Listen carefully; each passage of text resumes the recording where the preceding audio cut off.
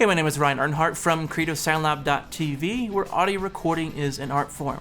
Well, today I have something really cool for you. Jordan Okren came by the studio this past week, and I'm actually doing a review for SonicScoop.com on the AEA N8 ribbon microphone. I'm going to provide the link below in the description to SonicScoop.com. Please visit their site to watch the review. It's very detailed. I test these N8s on just a ton of stuff. But today, I thought this was a cool technique that I haven't really highlighted. I haven't really done an episode about this. Now, a year and a half ago, I did how to record acoustic guitar, and this was kind of scattered in the mix, but it was the asymmetric configuration for recording acoustic guitar.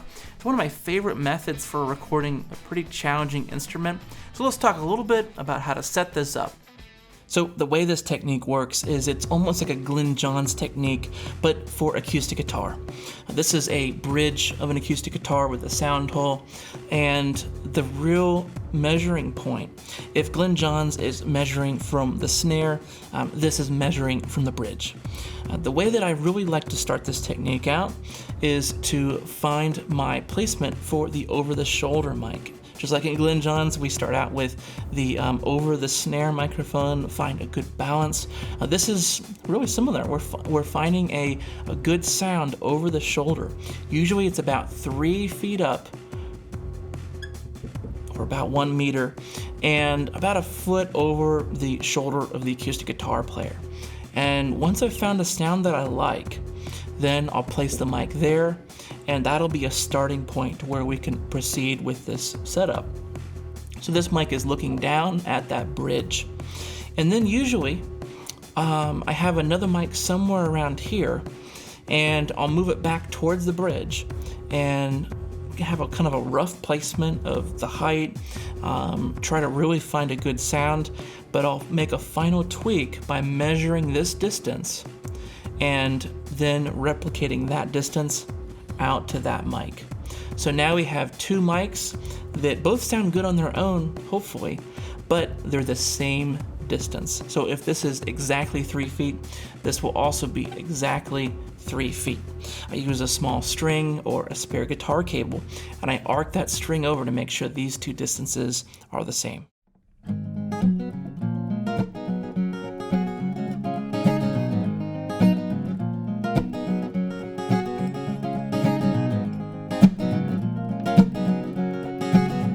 Okay, now we're gonna solo just the over-the-shoulder microphone.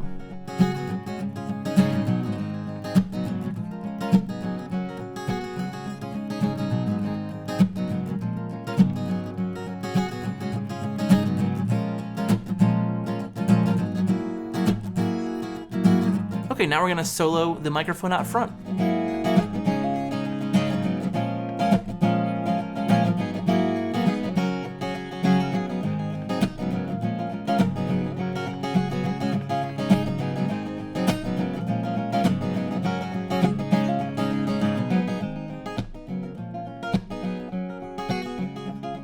And here's both mics together, and they're hard panned.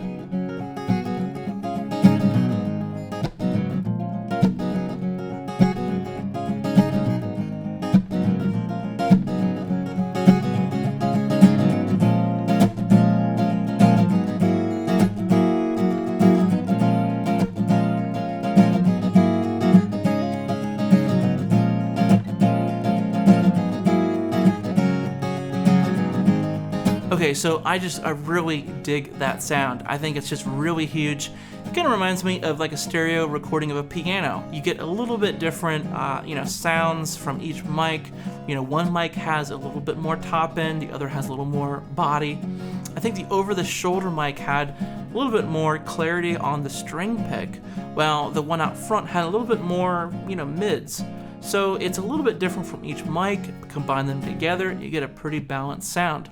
And it almost sounds as if there's 2 guitars playing, but obviously there's one take.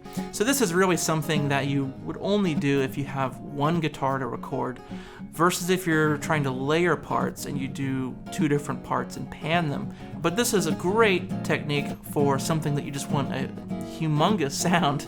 Well, this technique definitely will get it for you. So again, thanks to Jordan Okren for coming by today. I'll be hanging out in the comments below.